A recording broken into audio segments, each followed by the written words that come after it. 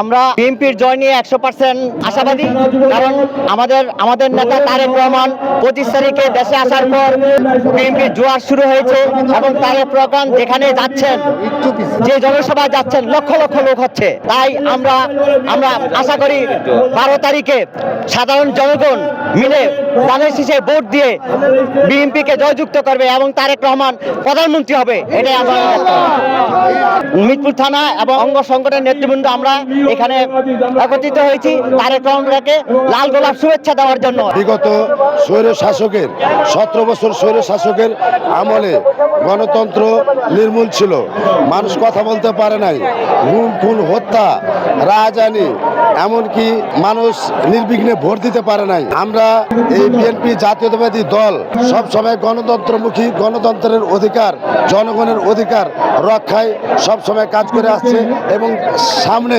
বিগত দিনে জনগণের হয়ে আমাদের জনাব তারেক রহমান সব সময় পাশে থাকবে।